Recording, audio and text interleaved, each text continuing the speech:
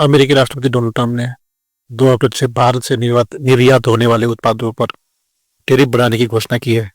इस घोषणा के बाद भारत के इलेक्ट्रॉनिक्स और आईटी सेक्टर पर इसके प्रभाव को लेकर चर्चा तेज हो गई है। इस मुद्दे पर सीआईआई की national committee on electronics and IT के चेयरमैन और डेका इलेक्ट्रॉनिक्स के एमडी विनोद शर्मा ने विस्तार से बताया कि इस निर्णय का भारतीय उद्योग पर क्या असर पड़ सकता है। विनोद शर्मा ने कहा कि अगर अमेरिका भारतीय इलेक्ट्रॉनिक्स उत्पादों पर टैरिफ बढ़ाता है तो इसका असर भारतीय निर्यात पर पड़ सकता है। उन्होंने बताया कि पिछले कुछ वर्षों में भारतीय इलेक्ट्रॉनिक्स और मोबाइल फोन के निर्यात में उल्लेखनीय वृद्धि की है। विशेष रूप से PLI production living incentive policy के कारण मोबाइल फोन निर्यात में बड़ी बढ़ोतरी हुई है।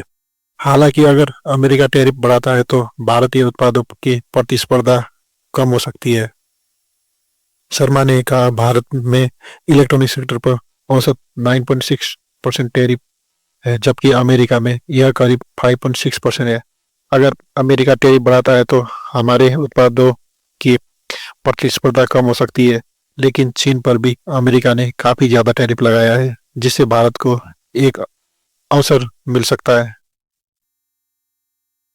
शर्मा ने कहा कि पूरी दुनिया चीन के विकल्प की तलाश में है और भारत इस मामले में एक बड़ा खिलाड़ी बन सकता है।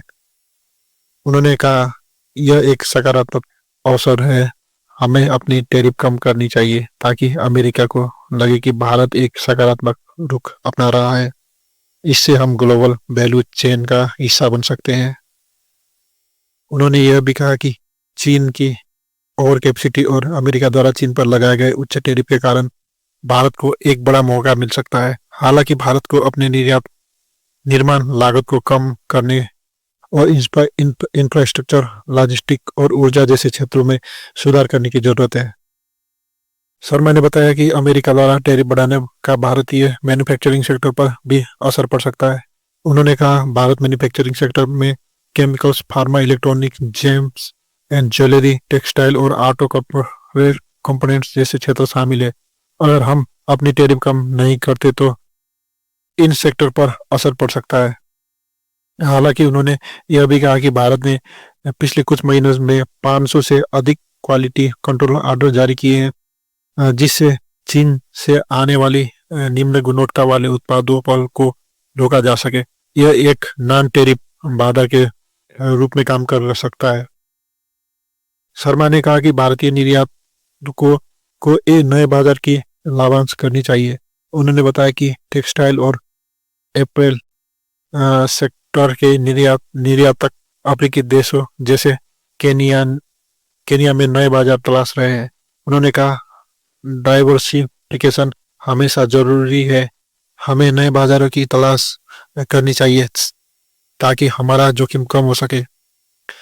उन्होंने यह भी कहा कि भारत सरकार और उद्योग संगठन नए बाजारों को तलाशने और निर्यात बढ़ाने के लिए प्रयास कर रहे हैं।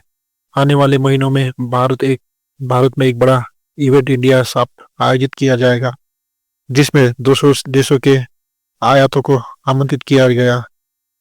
इसका उद्देश्य भारतीय इलेक्ट्रॉनिक्स और सॉफ्टवेयर उत्पादों को वैश्विक बाजार में पेश करना है।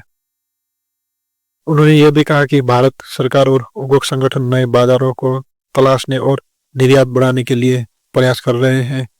आने वाले महीने में भारत में एक बड़ा इवेंट इंडिया सॉफ्ट आयोजित किया जाएगा, जिसमें 200 देशों के आयातकों को आमंत्रित किया गया है। इसका उद्देश्य भारतीय इलेक्ट्रॉनिक्स और सॉफ्टवेयर उत्पादों को वैश्विक बाजार में पेश करना है। विनोद शर्मा ने कहा कि अमेरिका द्वारा टैरिफ बढ़ाने की घोषणा भारत के लिए एक चुनौती है, लेकिन यह एक अवसर भी है। उन्होंने कहा कि भारत को अपने निर्माण लागत कम करने, इंफ्रास्ट्रक्चर में सुधार करने और नए बाजारों की तलाश करने की जरूरत है। इससे भारत वैश्विक बाजार में एक मजबूत प्रतिस्पर्धी के रूप में उभर सकता है।